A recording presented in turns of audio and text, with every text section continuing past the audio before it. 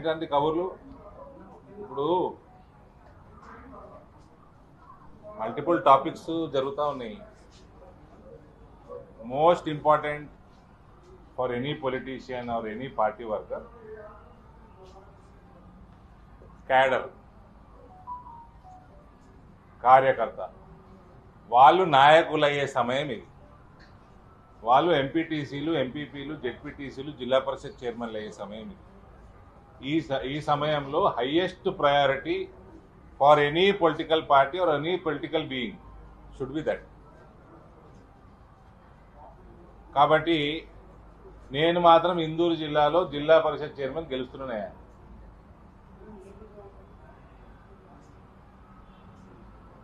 తెలంగాణలో కూడా వస్తున్నాయి కార్యకర్తల ఎలక్షన్లు. సో ప్రతి నాయకుడు హైయెస్ట్ ప్రయారిటీ కింద ఏ ఉద్యోగాలు ఉన్నా లేకున్నా ఫస్ట్ దీని ప్రయారిటీ, ఉన్న ఉద్యోగం కంటే పెద్ద ప్రయారిటీ తీసుకోవాలి. తీసుకొని కార్యకర్తని ఏ రకంగా నాయకుడిని చేసుకుంటాము అన్న దాని మీద దృష్టి సారించాలి. ఇది మా నూతన అధ్యక్షులకు కూడా మేము మాట్లాడుకున్నప్పుడు నేను చెప్పడం జరిగింది. కాబట్టి highest priority we have to make sure strengthen the party from ground level by focusing more on these upcoming local body elections more than assembly or parliament.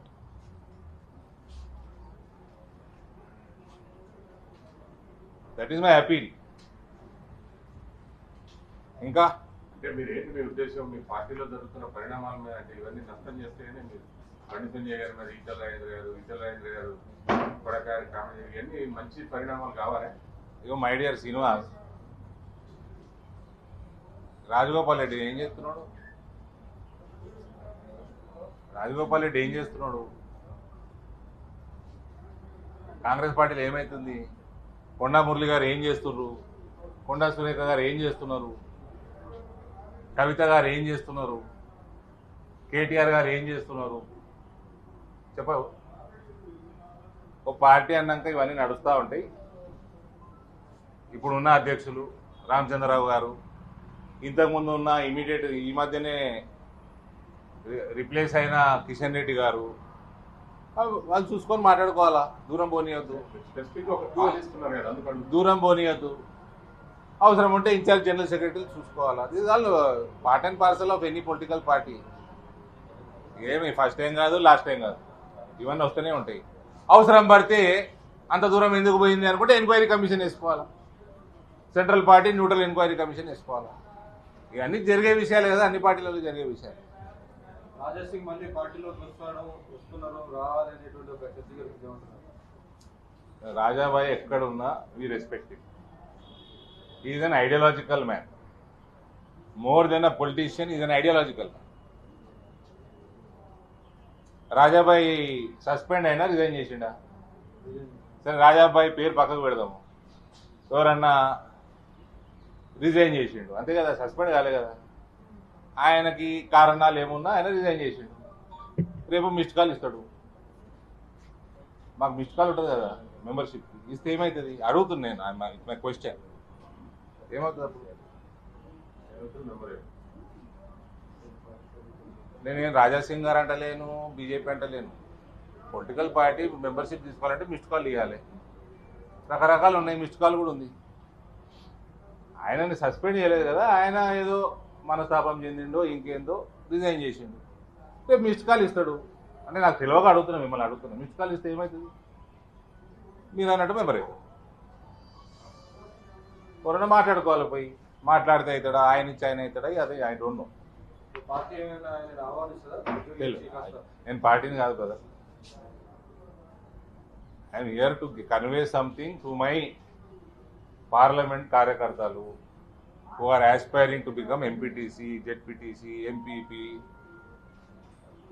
We are winning Nizamabad hands down. Everybody my request, 8 మంది ఎంపీలు మనం, ఎవరి segment వాళ్ళు పోతే చూసుకుంటారు. ఎవరి segment వాళ్ళు గెలిపించుకోవాలి. ఇంకా నన్ను అడిగితే ఒకళ్ళకి ఇంకొక కాన్స్టిట్యున్సీ ఇచ్చేయండి, అయిపోతుంది తెలంగాణ. ఆల్మోస్ట్ 16 సెగ్మెంట్లు అయిపోతాయి. Everybody go perform. Competitive world, you don't perform, you will perish. Performer perish. నేను అమిత్ షా గారు మీటింగ్ చేసుకున్నాము, ఆయనకు ధన్యవాదాలు. మనస్ఫూర్తిగా అమిత్ షా గారికి ధన్యవాదాలు తెలియజేస్తా ఉన్నాను. ఆయన వచ్చిండ్రు, జాతీయ పసుపు బోర్డు ఆఫీస్ ఇనాగ్రేట్ చేసిండ్రు. మా కార్యకర్తలు బ్రహ్మాండమైన రైతు సదస్సు, మహా సదస్సు ఏర్పాటు చేసిండ్రు. కిక్కిరిసిపోయింది ఇందూరు పట్టణము రైతులతోటి. నా పర్సనల్ రిక్వెస్ట్ మేరకు as home minister of India మా నాన్నగారు స్టాచ్యూ ఇనాగ్రేట్ చేసిండ్రు. So I whole heartedly thank him. ఎందుకు పెట్టుకున్నాం ప్రోగ్రాము? ఇనాగ్రేషన్ చేసి పంపించేయచ్చు కదా. సభ పెట్టినాము, ఆ ఎలక్షన్లు వస్తున్నాయి, మోటివేషను కార్యకర్తలకి, పార్టీకి ఒక message. That is why we did it. సభ పెట్టినాము. సీఎం రేవంత్ రెడ్డి వస్తున్నారు సాయంత్రం. బీసీ రిజర్వేషన్ల పైన 42% చేయాల్సిన బాధ్యత బీజేపీ అమలు చేయాలని 9th షెడ్యూల్ పెట్టాలని డిమాండ్ చేస్తున్నారు. సీఎం రేవంత్ రెడ్డికి వాళ్ళ లీగల్ టీము సుప్రీంకోర్టు వర్డిక్ల మీద ఏం చెప్పింది చెప్పమన్నాడు ఫస్ట్. ఈ కహానీలు, ఈ పనికిమాలిన రాజకీయాలు, ఏదో మేము బీసీలకు చేసేస్తున్నాము, మేము ఓసీలకు చేసేస్తున్నాము, మేము ఎస్సీ ఎస్టీలకు చేసేస్తున్నాము అని సొల్లు పురాణాలు బంద్ చేయండి. మీకు చిత్తశుద్ధి ఉంటే ఫస్ట్ సుప్రీంకోర్టుని ఏం చేయాలనో, దాని వర్డిక్లను ఏం చేయాలనో, పాత ఉన్న దాని మీద వాటి మీద మీ స్ట్రాటజీ చెప్పాలి. కానీ ఓకే మీడియా ముందర మీకు టైంపాస్, వాళ్ళకి టైంపాస్, టీవీ చూసినోడికి టైంపాస్ తప్ప ఏమన్నా ఉందా? దాని ఏంది సుప్రీంకోర్టు వర్డిక్స్, పాత వర్డిక్స్ మీద ఏం తేలది? చిత్తశుద్ధి లేని కార్యక్రమాలు ఇవన్నీ.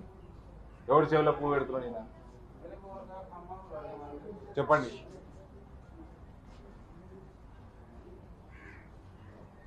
అలా పార్టీ లేదా ప్రభుత్వంలో? లేదా జాతీయ స్థాయిలో? 11 ఏళ్ల కింద వరకు ఉండే కదా వాళ్ళే. బీసీలు ఇప్పుడు పుట్టిరా. ఓసీలకి 10% రిజర్వేషన్ చేసిన ఘనత ఒక బీసీ ప్రధానమంత్రి. నువ్వేం బిక్తావు చెప్పు, మరి చేసి చూపెట్టు. ఆయన చేసి చూపెట్టింది కదా, నువ్వేం బిక్తావు చెప్పు.